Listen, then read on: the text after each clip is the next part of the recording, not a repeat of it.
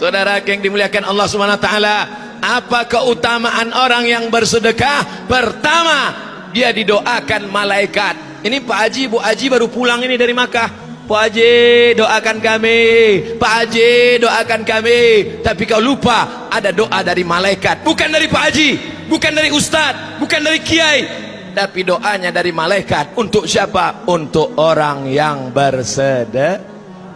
Siapa yang ingin dapat doa dari malaikat? Sedekah. Ustaz, aku sedekah, kenapa malaikat belum juga mendoakan? Berapa sedekah kau? 3.000. Mau masuk surga pula 3.000 perak. Ibarat mobil bautnya aja lah tuh. Saudara yang dimuliakan Allah Subhanahu wa taala, keutamaan sedekah yang kedua. Apa dia keutamaan sedekah yang kedua? Kullu mri'in ta'tazil li sadaqatihi. Setiap kita nanti bangkit di padang mahsyar, tak ada atap, tak ada rumah. Wa takunul jibalu kal'ihnil manfus. Jangan kalian banding-bandingkan suaraku dengan Ustadz Fadlan. Sebelum kalian buat, aku kasih tahu dulu.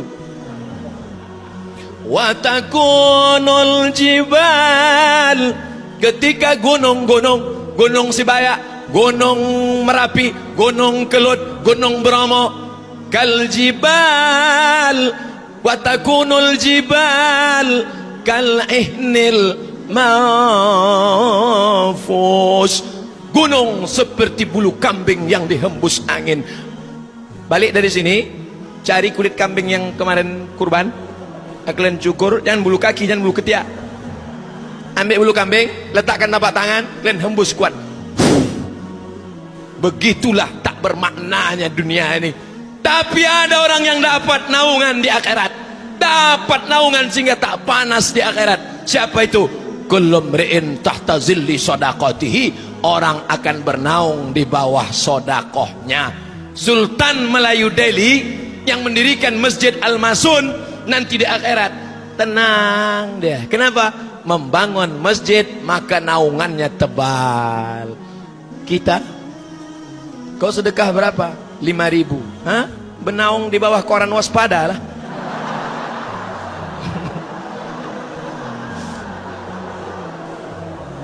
Yang orang-orang kaya tuh nanti di akhirat tenang dia. Kok enak kali kau bro? Lai, apa sedekah kau kemarin?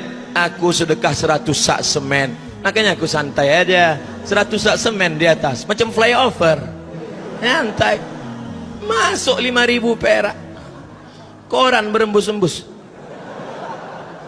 Habis. Oleh sebab itu yang udah memasukkan tadi 5.000, tambah lagi. Kalau 10.000 Pak Ustadz, koran juga 2 biji.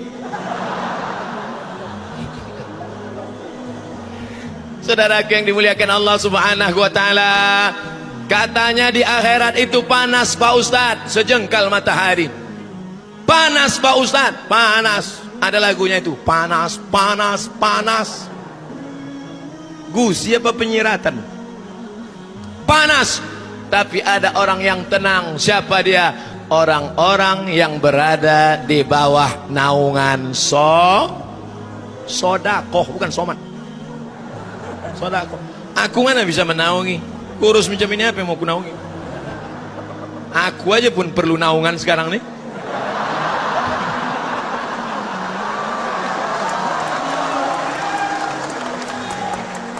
Sikit-sikit memang, tapi masuk.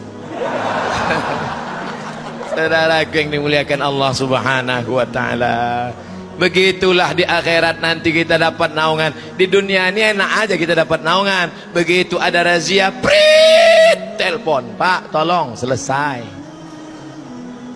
Di akhirat siapa yang mau kita telepon? Ada orang Medan mati bawa HP. Mana ada? Apa yang kau bawa mati? Jubah kebesaran tinggal, baju batik kesayangan tinggal, peci yang ada tulisan UAS Abdul Somad tinggal. Aku mau ngasih tahu aja, ada topinya tinggal. Cincin kesayangan, katanya batu mahal warna hijau tinggal.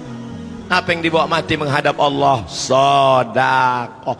Orang mati itu dikubur ditanya, hei mayat, hei jenazah. Saya nunjuk jenazah ini ke bawah. Nanti kalau saya tunjuk, hei jenazah, pas tepat mati pula. Udah kena lapor pula sekali lagi. Nah besok tak keluar-keluar. Yang lamanya belum selesai tambah pula lagi. Hai mayat, kalau ku kasih kau hidup lagi, kau mau apa? Apa kata mayat? Fa'asaddaqa, aku mau bersedekah. Mayat, kalau kau hidup lagi, kau mau apa? Tak ada mayat bilang, ya Allah hidupkan aku sekali lagi, aku mau kawin enggak 2-3 kali. Apa kata si mayat? Laula akhartani ila ajalin qarib. Kalaulah kau kasih aku umur ya Allah, tambah sikit aja lagi. Kalau ku tambah umur kau mau apa? Fa asaddaqa, aku mau bersedekah. Wa akum minas salihin, aku mau jadi orang yang soleh. Yang hadir ke masjid ini semuanya sudah soleh-soleh. Bersedekah belum? Orang-orang Medan yang dulu tuh luar biasa sedekahnya. Di tempat lain kaligrafi pakai cat minyak, di sini kaligrafi itu apa tengok? Macam-macam emas ku tengok. Luar biasa, macam emas. Di tempat lain sholat kita di lantai berpasir kening karena belum dikasih semen. Allahu Akbar, tajam kening. Di sini dinding pun pakai marmer keramik, memanjat dari bawah naik ke atas.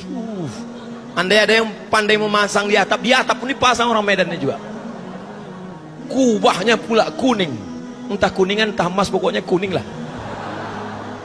Hebat orang Medan ini. Kipas angin, kemana mata memandang kipas angin, kipas angin, kipas angin. Cuman yang hidup 2 biji aja.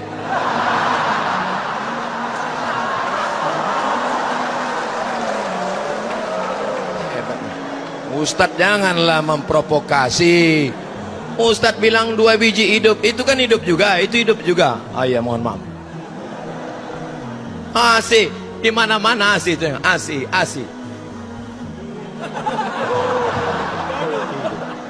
Hidup.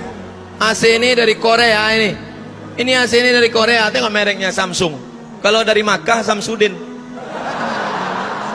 Mohon maaf Pak Samsudin. Mohon maaf. Singgung. Nanti itu singgung dilaporkan pula lagi. Payah kali lah ceramah ini. Makin lama kita bercakap nih makin banyak salah, makin lama. Nauzubillah. Betul kata pepatah, man kasura kalamuhu kasura saktuhu. Siapa yang banyak cakapnya, dia yang paling banyak salahnya. Saya sudah bicara setengah jam. Tadi saya mulai jam 1:30, sekarang pas jam 2. 30 menit saya sudah bicara. Di antara kita yang ramai ini, siapa yang paling banyak salahnya? Tengoklah tuh, orang kampung awak sendiri pun bilang awak salah. Masya Allah, tabarakallah. Yang sudah nyumbang lampu, maka terang benderanglah kuburnya. Yang menyumbang kipas angin, maka tenanglah alam barzahnya. Yang sudah menyumbang keramik, maka berkeramiklah makamnya. Ustadz, makam orang memang berkeramik lah. Keramik di atas, ada makam orang keramik di bawah. Lama hidup banyak dirasa, jauh berjalan banyak ditengok. Belum pernah saya nengok orang di bawah dipasang keramik. Pernah kalian tengok? Kalau ada tengok foto, kirim ke nomor WA saya. Apa yang kita tanam hari ini, itu yang akan kita tengok setelah mati. An-nasuniyam, kata Sayyidina Ali. Semua orang sekarang ini sedang tidur. Ustaz janganlah tunjuk pakai tangan kiri. Oke, pakai tangan kanan. Semua yang sekarang ini sedang tidur. Falamma matu, ketika dia mati, intabahu, ketika dia bangun, disitulah. Ketika dia mati, disitulah. Ketika dia mati, disitulah dia baru sadar. Rupanya mimpi jadi orang kaya, mimpi jadi penguasa, mimpi sebentar, sekejap, sejenak saja. Yang ditengok setelah mati, itulah sodakoh. Keutamaan sodakoh yang pertama, dapat doa malaikat. Keutamaan sodakoh yang kedua, bahwa orang bersodakoh itu dapat naungan. Kita lanjutkan yang ketiga. Sampai berapa nih nanti Pak Ustadz? Pokoknya ku mulai tadi jam 1.30, akan selesai jam 2.30. Selesai itu ku jawab beberapa pertanyaan, habis itu kita selesai. Jadi kalau yang merasakan agak panas, sabar-sabarlah sedikit. Kalian cuma sekedar panas saja, aku udah panas bercakap lagi.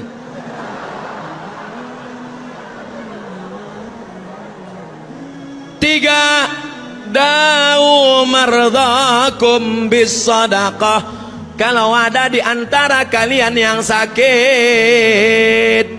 obati dengan sedekah.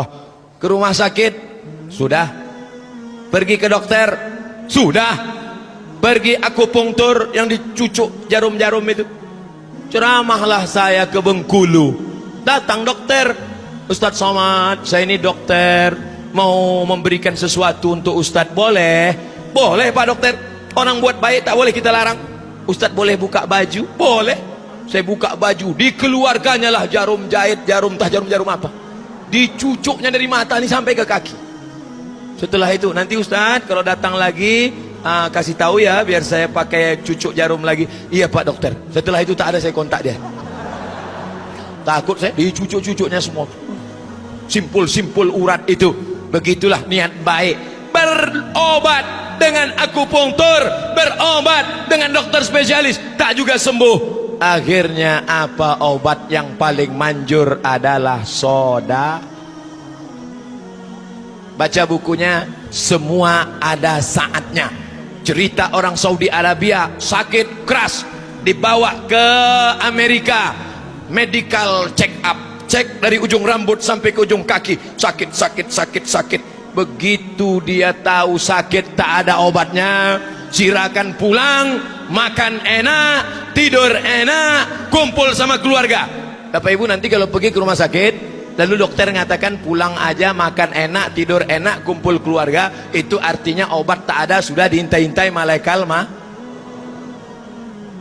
Bapak pulang aja ke rumah ya, makan enak, tidur enak, kumpul sama keluarga, senyum dia. Nah, itu artinya cakap dia itu malaikat maut sudah dekat. Pulang dia ke Makkah, pulang dia ke Saudi Arabia, diambilnya duitnya, sedekah, disisakannya aja sedikit untuk ahli waris. Kemudian dia pergi lagi ke Amerika, medical check up, cek lagi. Heran dokter Amerika, kenapa sehat, kenapa sembuh, berobat di mana? Apa kata dia? Saya mengamalkan hadis Nabi Muhammad sallallahu alaihi wasallam, da'u mardakum bis sadaqah, berobatlah dengan sedekah. Yang sekarang jangan dulu. Nanti pas sudah selesai acara, datang ke ketua panitia pembangunan Masjid Agung Sumatera Utara Medan, datang tanya, Pak Ketua Masjid, apa lagi yang kurang? Ada kira-kira berapa ratus sak semen? Apa lagi? Ada untuk biaya mengecor. Apa lagi? Ada kubah kita. Mau bantu? Enggak, nanya aja. Tolonglah yang sakit-sakit, mudah-mudahan diberikan Allah kesembuhan. Ya Syafi, wahai yang maha menyembuhkan. Ya Kafi, wahai yang maha mencukupkan. Ya Mu'afi, wahai yang maha menyehatkan. Isfi mardhana, sembuhkan saudara-saudara kami yang sakit ya Allah. Syifaan ajilah, kesembuhan yang segera. La yughadiru saqama, tidak akan kumat untuk selamanya. Bagi yang bersedekah, bersedekah segera akan sembuhnya ya Allah. Yang tak mau bersedekah sembuh juga, cuma agak lama sikit. Janganlah doa gitu Pak Ustadz. Kami ini sebetulnya kalau kaya mau kami bersedekah. Kenapa kau tak bersedekah?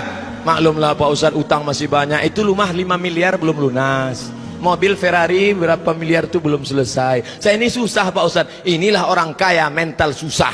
Tak ada satupun yang lunas. Mobil kredit, motor kredit, bini aja yang lunas. Itu pun karena kata Pak Kua boleh. Seandainya Pak Kua mengatakan boleh kredit juga, aku nikahin kau dengan mahal 10 juta kredit.